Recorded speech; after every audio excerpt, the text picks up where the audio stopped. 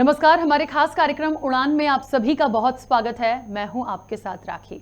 और देखिए, उड़ान खबर भारत का एक ऐसा कार्यक्रम है जिसमें एक शख्सियत हमारे साथ होती है, और वो शख्सियत होती है जिसने अपनी लाइफ में हर चीज़ें बहुत मेहनत और संघर्ष से प्राप्त की हों, और आज जिस मुकाम पर वो पहुंचे हैं, कैसे पहुंचे हैं, और ये बताना और आप सब लोगों के लिए, हम सब के लिए जानना इसलिए ज़रूरी होता है क्योंकि ये लाइफ है और हम कैसे सक्सेस हो रहे हैं, हमें कैसे सक्सेस होना है, हम किन किन चीज़ों को फेस करते हैं उस ड्यूरेशन में, ये हम सबको मालूम होना चाहिए। तो ये खास कार्यक्रम हमारा उड़ान इसीलिए है कि ये हौसलों की उड़ान, ये सफलता की उड़ान किसी को कैसे मिली है, ऐसी हम किसी शख्सियत से आपको रूबरू कराएं। और इसी कड़ी में आज हमारे स्टूडियो में हमारे साथ मोतीलाल आलमचंद्र जी हैं, जो वर्तमान में राजस्व विभाग में तहसीलदार हैं, और मुझे लगता है बहुत सारी जानकारी वो आपको खुद देंगे, क्योंकि वो क्या हैं, कैसे पहुंचे हैं, कितनी चीज़ें उन्होंने लाइफ में की हैं, ये अभी आप नहीं जानते, लेकिन इस कार्यक्रम के माध्यम से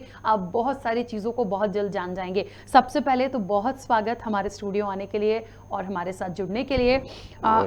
मैं सबसे पहले शुरुआत इसी चीज़ से करूँगी कि आज ये नाम, शुरुआत प्रॉपर आप कहाँ से हैं, कैसे आपने इन चीज़ों को सोचा और यहाँ तक आप पहुँचे? मैं बेसिकली ग्राम बहेरिया, जिला अशोकनगर, मध्य प्रदेश का रहने वाला हूं। और मेरी जो प्रारंभिक पढ़ाई है जवाहर नवोदय विद्यालय खरिया देवस से हुई, और 10वीं परीक्षा पास करने के उपरांत मैंने रेलवे का एक BCRC कोर्स हुआ करता था जो आजकल बंद है, उसके द्वारा उसको क्रॉस करने के बाद 11th-12th मैंने मुंबई से पास की। और VCRC अर्थात vocational course on railway commercial, उसमें 12th पास होने के बाद आपको लिपिकीय संवर्ग या टिकट कलेक्टर संवर्ग में आपको जॉब सुनिश्चित होती थी। तो 12th के बाद मैंने बिना किसी कोचिंग के रेलवे में अपना अपॉइंटमेंट ले लिया। और 12th के बाद एक्चुअली फिर मुझे पढ़ाई जारी रखनी थी और मेरे जो ख्वाब थे वो ऊंचे थे, तो मैंने फिर प्राइवेट अपनी पढ़ाई चालू रखी। प्राइवेट शिक्षा के द्वारा ही मैंने BA किया। मेरा जो BA है भोपाल से है और MA खंडवा से। BA होने के बाद मैंने मध्य प्रदेश लोक सेवा आयोग की परीक्षा उत्तीर्ण की और प्रथम बार में मैं उत्तीर्ण हुआ और मैं सहकारिता विस्तार अधिकारी के पद पर चयन हुआ। उसके बाद दोबारा PSC की एग्ज़ाम दी और फिर मैं कॉर्पोरेट इंस्पेक्टर की से पदोन्नत होकर आबकारी उप निरीक्षक के पद पर चयनित हुआ। फिर मेरा मन यहाँ पे भी नहीं थमा, मैं और परीक्षा लगातार दे रहा था। दोबारा एग्ज़ाम को मैं नायब तहसीलदार बना और 2016 से मैं तहसीलदार के पद पर पदस्थ हूँ। एक्चुअली जितनी मेरा शिक्षा का जो पूरा का पूरा दौर रहा है, शिक्षा रही है मेरी, वो प्राइवेट एजुकेशन से लेकर बिना किसी कोचिंग संस्थान की मदद से मैंने लगभग 5 बार मध्य प्रदेश लोक सेवा आयोग की राज्य सेवा परीक्षा में पद प्राप्त किया। एक बड़ी उपलब्धि थी। और मैं एक्चुअली बिना कोचिंग के और बिना ज़्यादा सीमित संसाधनों में यहाँ पर इस मुकाम पर पहुँचा हूँ। बिल्कुल। अच्छा, एक बात और है, क्योंकि जैसा कि आपने कहा कि कभी कोई कोचिंग नहीं ली, लेकिन कहते हैं ना कि करना हो कुछ ठान लें तो हम सक्सेस ज़रूर होते हैं। आज की वर्तमान परिदृश्य की हम बात करें तो बहुत सारे स्टूडेंट्स ऐसे हैं जो इन एग्ज़ाम्स की प्रिपरेशन करते हैं, लेकिन तो भी नहीं निकलता। एक बार छोड़िए, 2-2, 3-3, 4-4 बार एग्ज़ाम देते हैं, कोचिंग्स भी लेते हैं, फिर भी नहीं निकलता है। क्या वजह उसके पीछे मानते हैं? क्योंकि आपने बिना एग्ज़ाम के उस चीज़ को क्लियर किया। एक्चुअली जो एग्ज़ाम के लिए या पदों की संख्या बड़ी सीमित होती है और बहुत लाखों अभ्यर्थी इसमें भाग लेते हैं, तो ये तो संभव नहीं कि सभी जितने अभ्यर्थी भाग ले रहे हैं सभी का चयन हो। लेकिन जीवन में हमें एक अल्टरनेट जरूर रखना चाहिए। यदि आपका किसी जिस सेवा में आप जाना चाहते हैं, कोई राज्य प्रशासनिक सेवा है, सिविल प्रशासनिक सेवा है, या जो भी अन्य सेवा में आप जाना चाहते हैं, उसके अलावा एक अल्टरनेट अपने जीवन में जरूर होना चाहिए। यदि आपका चयन नहीं होता है तो दूसरे अल्टरनेट से आप एक्चुअली एक प्रॉपर दिशा के साथ अपने जीवन में मुकाम हासिल कर सके, जो लक्ष्य आपने निर्धारित किया है वो लक्ष्य आप प्राप्त कर सके। इसलिए अल्टरनेट एक से अधिक या 2 से अधिक अपने जीवन में ऑप्शंस होने चाहिए। बिल्कुल। अच्छा, आप क्योंकि इतना कुछ किया और इतने कॉम्पिटिटिव एग्ज़ाम्स को क्लियर किया, मुझे लगता है सेंट्रल से लेके स्टेट गवर्नमेंट तक की बात करें तो सभी जगह आपने काम भी किया है। ये जी। सफ़र आपका कैसा रहा? क्योंकि बार-बार ट्रांसफर्स भी होते हैं, फिर आपने खुद भी कहा कि एक बार पीएससी हुआ, फिर मन नहीं माना, हमने फिर से किया। तो ये जो जज़्बा आया, क्योंकि ये बहुत मेहनत का काम है और जितना हम समझ सकते हैं ये बहुत छोटे एग्ज़ाम नहीं होते, बहुत मेहनत होती है, इसके लिए बहुत पढ़ना पड़ता है। ये कैसे आपने इतनी बार क्लियर किया और फिर एक ठाना था कि नहीं, मुझे यहाँ तक पहुँचना है? जीवन में एक डिटर्मिनेशन बहुत ज़रूरी है, एक डिसिप्लिन लाइफ और डिटर्मिनेशन यदि आपके पास है तो जीवन में कोई भी लक्ष्य जो आप पाना चाहते हैं वो कठिन नहीं हो सकता। आप सीमित समय में और सीमित संसाधन में उस लक्ष्य को प्राप्त कर सकते हैं। बस आप में कितनी लगन है, आप में कितना जुनून है उस जो लक्ष्य आपने निर्धारित किया है उसको पाने के लिए, ये बहुत महत्वपूर्ण होता है।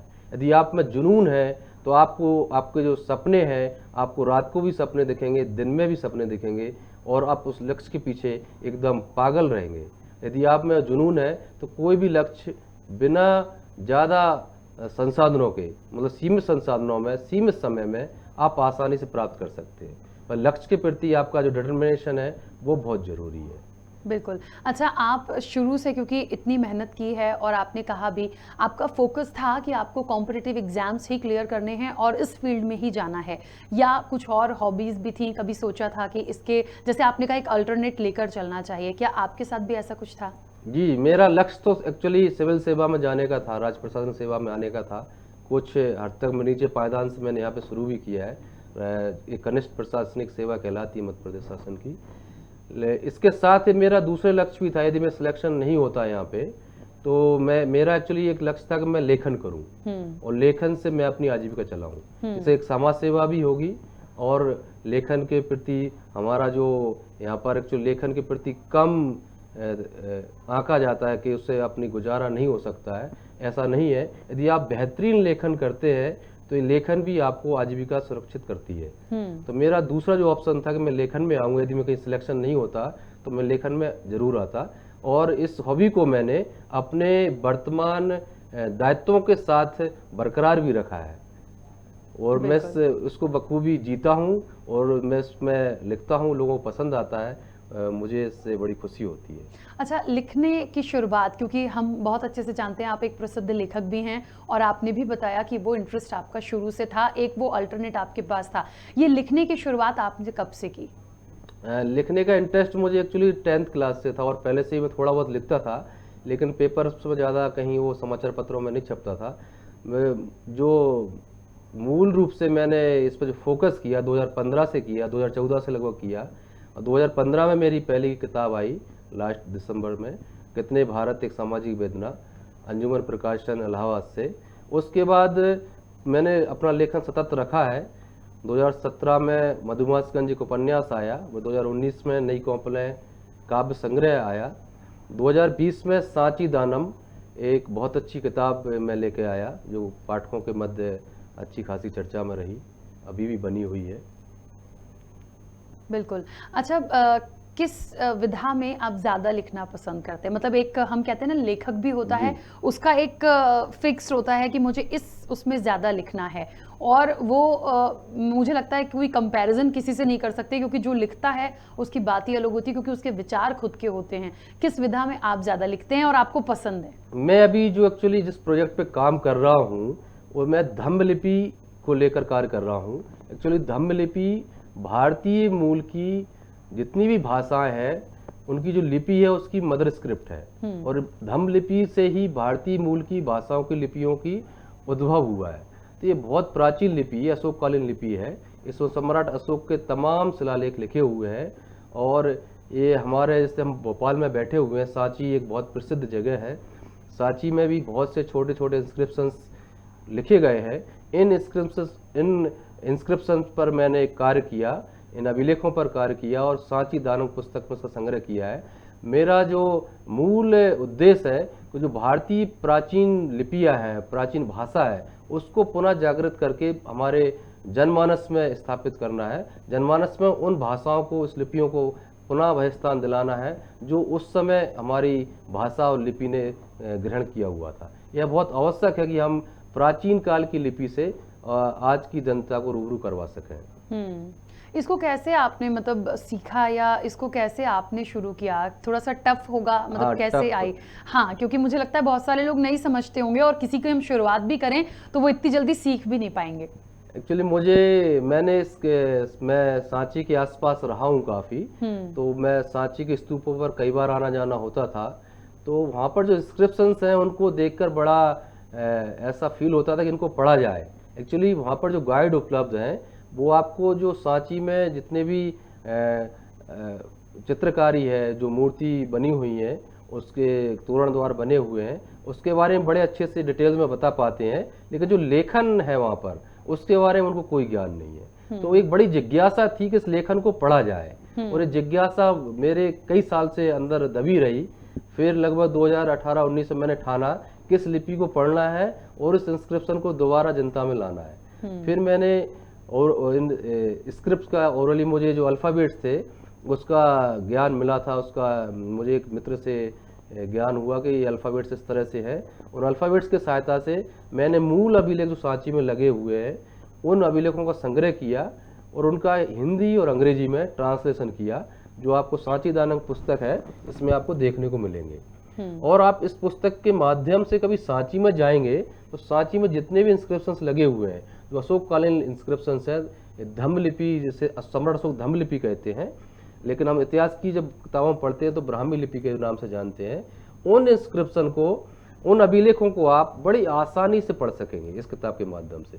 एक्चुअली इसके पूर्व ऐसी कोई भी पुस्तक बाजार में उपलब्ध नहीं थी कि आप उस पुस्तक के माध्यम से उन शिलालेखों को, उन दानदाताओं के नाम को, उन स्थानों के नाम को आप पढ़ सकें और अच्छे से जान सकें। एक्चुअली हमारी संस्कृति का हिस्सा रही हैं और हमें जानना बहुत आवश्यक है, और आप इस किताब के माध्यम से आप बड़ी आसानी से जान सकेंगे। इसके अलावा क्योंकि एक गवर्नमेंट क्षेत्र में काम करना, एक लेखक के रूप में भी काम करना, इन तमाम चीज़ों के अलावा कोई और आपका कभी इंटरेस्ट रहा हो या हॉबीज़ हम कह सकते हैं कि कभी इसके अलावा कुछ टाइम मिले तो क्या करना पसंद करते हैं?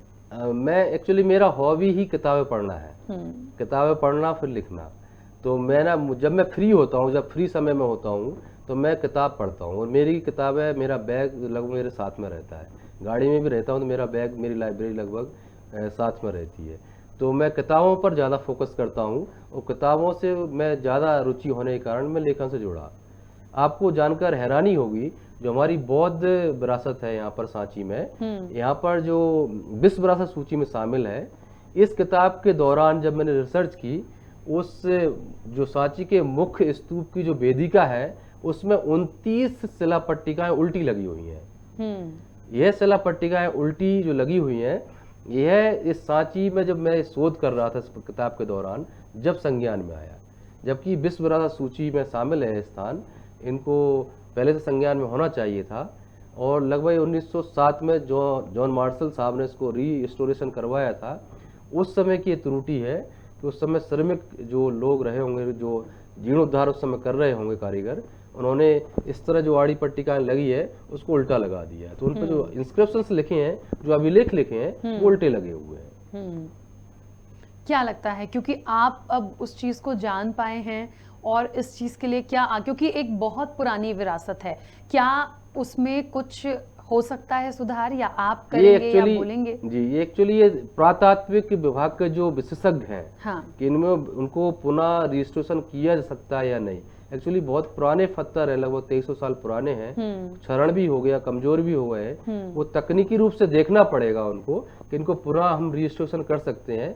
यदि पुनः रजिस्ट्रेशन किया जाता है तो बेहतर होगा। जो 29 शिला पट्टिकाएं गलती से उल्टी लगा दी गई हैं, उन्हें यदि प्रॉप सही लगा दिया जाए तो इमारत और सुंदर लगेगी। कि भविष्य में, अभी तक तो इस लिपि को कोई पढ़ नहीं पाता था, हाँ, तो संज्ञान में नहीं आता था। अब जैसे जैसे लोगों का रुझान धम्म लिपि को पढ़ने के में रुझान बढ़ रहा है, तो स्वाभाविक है जब वहाँ पर्यटक पहुंचेंगे तो लिपि को पढ़ेंगे, और जब लिपि वहाँ पढ़ेंगे तो देखेंगे वहाँ इंस्क्रिप्शन उल्टे लगे हैं, तो फिर क्वेश्चंस होंगे, लोगों में प्रश्न उठेंगे कि उल्टे क्यों लगाए गए। बिल्कुल। तो स्वाभाविक है कि यदि ये तकनीकी रूप से हम इमारत को सुरक्षित रखते हुए यदि इनको दुरुस्त कर सकते हैं तो कर देना चाहिए। बिल्कुल। अच्छा, कहते हैं कि लाइफ में हम बहुत छोटे से, जब हमारे पेरेंट्स हमारे साथ होते हैं, उनका सपोर्ट होता है, हम किस फील्ड में जा रहे हैं, हमें कैसा मार्गदर्शन मिल रहा है, फिर हमारी लाइन चेंज होती है, हमारा फोकस भी होता है, हमारा गोल भी होता है, और आपकी सारी चीज़ें फिक्स थी। कहते हैं किसी ना किसी का सपोर्ट बहुत होता है, एक होता है फैमिली का तो कहते ही हैं, वर्किंग के दौरान भी बहुत लोगों का सपोर्ट होता है, बहुत लोग लेग पुलिंग वाले भी मिलते हैं, देखिए उतार चढ़ाव सबके जीवन में होता है। आपको आपकी लाइफ में सबसे ज़्यादा सपोर्ट किसने किया? मेरे जीवन में जो एक्चुअली मैं जो कुछ भी हूँ, मेरे पिता का बहुत बड़ा रोल रहा है, और मेरे मामा जी बाबूलाल देलवार और दर्शन सिंह देलवार, दोनों का मतलब पिता और मेरे मामा जी और माता जी का एक काफ़ी बड़ा रोल रहा कि मैं यहाँ तक पहुँचा। मेरे पिता चाहते थे कि मैं एक बहुत ऊंचे ओहदे पर पहुँचूँ। एक्चुअली मैं शुरू से ही पढ़ने में बहुत अच्छा था, क्लास में टॉपर्स रहा हूँ मैं। तो मेरे पिता चाहते थे, मेरे मामा जी चाहते थे कि मैं बहुत बड़े प्रशासनिक सेवा में जाऊँ और मैं उस पद पर बैठूँ जहाँ पर लोगों की सेवा कर सकूँ। लेकिन मैं बहुत जल्दी लगभग 12th क्लास में ही जॉब में आ जाने के कारण बहुत जल्दी जॉब में आ गया था, तो उस जगह पर तो फिर नहीं पहुंच पाया। लेकिन फिर मैंने अपना जो दायित्व था वो पढ़ना जारी रखा, और राज्य प्रशासनिक राज्य सेवा वर्ग जो है उसमें कनिष्ठ प्रशासनिक सेवा पद पर मैं अभी कार्य कर रहा हूँ। इसमें तहसीलदार पद पर मैं वर्तमान में कार्यरत हूँ। तो स्वाभाविक रूप से जो पद मैंने सोचा था, मेरे पिता ने सोचा था, वहाँ तक तो अभी नहीं पहुँचा। भविष्य में हो सकता है वो छलांग वहाँ तक भी पहुँच सकूँ। लेकिन मेरा पिताजी का मेरा बड़ा रोल रहा है। यहाँ तक शिक्षा उन्होंने इस तरह से मुझे दिलवाई कि मैं उस ऊंचे से ऊंचे मुकाम पर हासिल कर सकूं। लेखन के क्षेत्र में आया तो मैं पिता से ही प्रेरित होकर आया। पिता मेरे चाहते थे कि मैं कुछ ऐसा करूं जिसमें समाज का अधिक से अधिक भला हो, और लेखन एक ऐसा क्षेत्र है जिसमें आप अधिक से अधिक लोगों तक जुड़ सकते हैं, अधिक से अधिक लोगों को प्रेरित कर सकते हैं। इसलिए मैं लेखन के क्षेत्र में आया कि जो हमारे ग्रामीण में जो बहुत से भाई बहन है जो गरीबी से तंग आकर जो दबे कुचले हैं, गांव में कुछ नहीं कर रहे हैं, तो आप पढ़ने लिखने के लिए उन्हें प्रेरित करें, उनकी समस्याओं को उठाएं, और लेखन से आप यह कार्य बड़े बेहतरीन तरीके से कर सकते हैं। इसलिए मैंने हॉबी के रूप में ये दूसरा जो मेरा एक्चुअली पेशे के अलावा जो कार्य है, ये जिसे मैं कार्य भी कहता हूँ और हॉबी भी कहता हूँ, ये मैंने चुना। लेखन मेरा हॉबी भी पूरी करता है और मेरी जो मन की जिज्ञासा है वो भी शांत करता है। बिल्कुल। अच्छा, जिस तरीके से काफ़ी सपोर्ट फादर का और आपके मामा जी का रहा पढ़ने में, क्योंकि आप शुरू से अच्छे थे और आपने खुद भी कहा कि बहुत बार एग्ज़ाम्स को क्लियर किया है।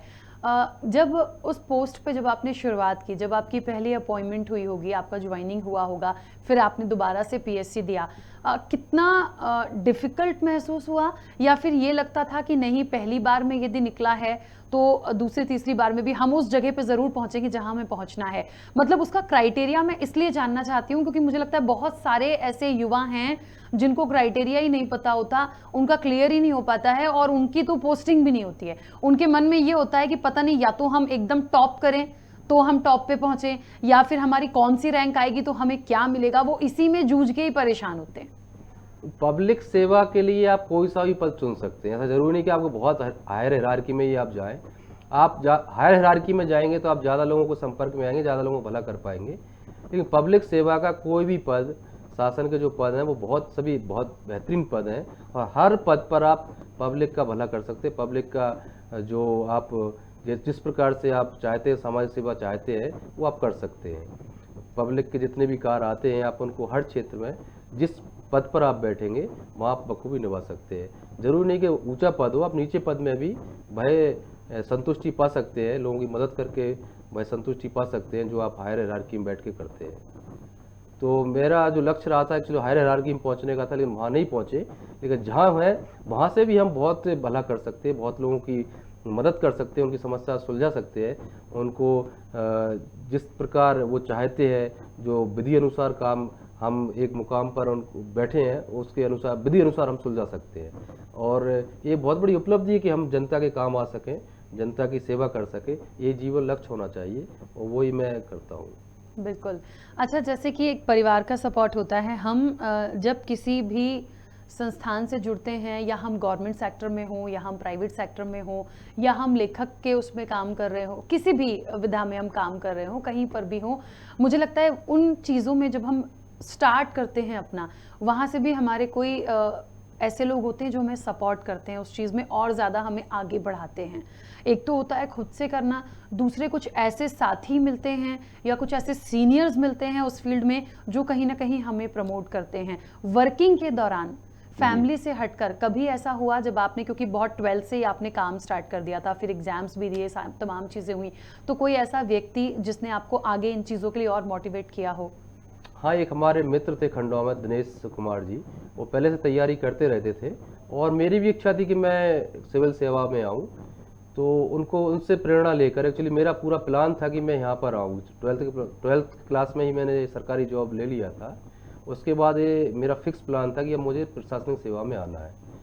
तो लेकिन जॉब में रहने के कारण मुझे कोचिंग लेने के लिए समय तो मैं नहीं निकाल पा रहा था, तो संभव भी नहीं था कि आप जॉब भी करें और कोचिंग भी ज्वाइन कर सकें। तो बिना कोचिंग की मैंने सेल्फ स्टडी को प्राथमिकता दी, अच्छी सी अच्छी किताबों को संग्रह किया और सेल्फ स्टडी के बल पे ही मैंने बार बार अपना राज्य प्रशासनिक सेवा का जो राज्य सेवा परीक्षा होती है इसको क्वालिफाई किया। तो आप घर में बैठ के भी यदि आपके पास अच्छी किताबें हैं, तो किताबों से अच्छा दोस्त कोई नहीं हो सकता, जैसा मेरा मानना है। यदि आपके पास बेहतरीन किताबें हैं तो आप कोई सा भी टफ से टफ एग्जाम निकाल सकते हैं। जरूरी नहीं कि हम कोई भी कोचिंग संस्थान का सहारा लें या किसी की मदद लें या कोई आपका मेंटर हो जो आपको गाइड करे। किताब से बड़ा मेंटर नहीं हो सकता। तो किताब में हर चीज़ होती है और मैंने किताब के माध्यम से ही मैं इस मुकाम पर पहुंचा हूँ और मैं किताब से अभी भी जुड़ा हुआ हूँ। तो किताब ही सच्ची दोस्त होती है और किताब का ही हमको सहारा लेना चाहिए। बिल्कुल।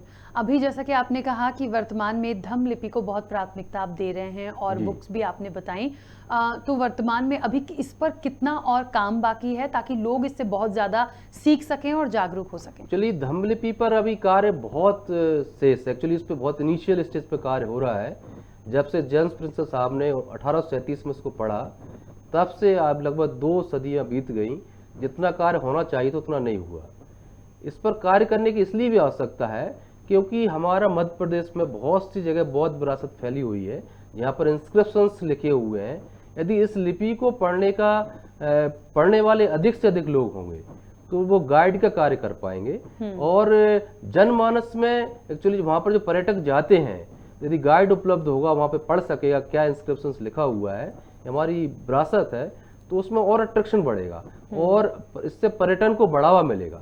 एक्चुअली आप जितना आप वहाँ पर पढ़ सकेंगे, इंस्क्रिप्शन को भी पढ़ नहीं पाते, अभी सिर्फ देखने के लिए जाते हैं। जब उनको इंस्क्रिप्शन पढ़ सकेंगे, समझ सकेंगे, तो स्वाभाविक रूप से हमारा पर्यटन भी बढ़ेगा और पर्यटन बढ़ेगा तो रोजगार का सृजन भी होगा। बिल्कुल। तो हमारा जो एक्चुअली वर्क हुआ है धम्म लिपि पर बहुत इनिशियल स्टेज पर है। अभी बहुत से हजारों लोग इस मेरी किताब से सीख रहे हैं और आशा है भविष्य में ऐसे लाखों लोग पैदा होंगे जो धम्म लिपि पर कार्य करेंगे, इस पर रिसर्च करेंगे और धम्म लिपि को जनमानस तक पहुंचाएंगे।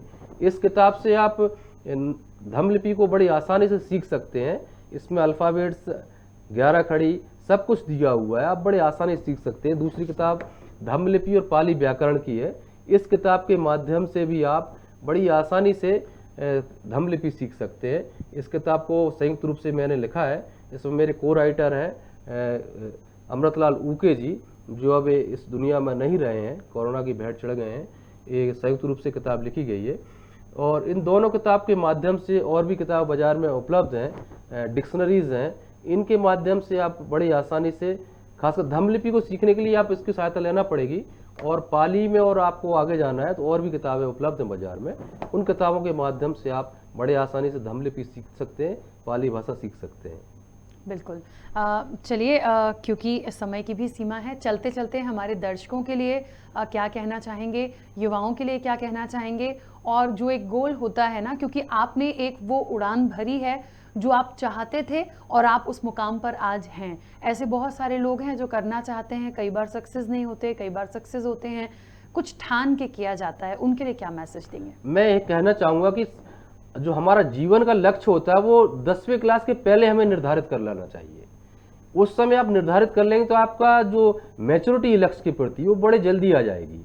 हमारे युवा जनरली करते क्या है, लक्ष्य का निर्धारण बहुत बाद में करते हैं या देखकर करते हैं।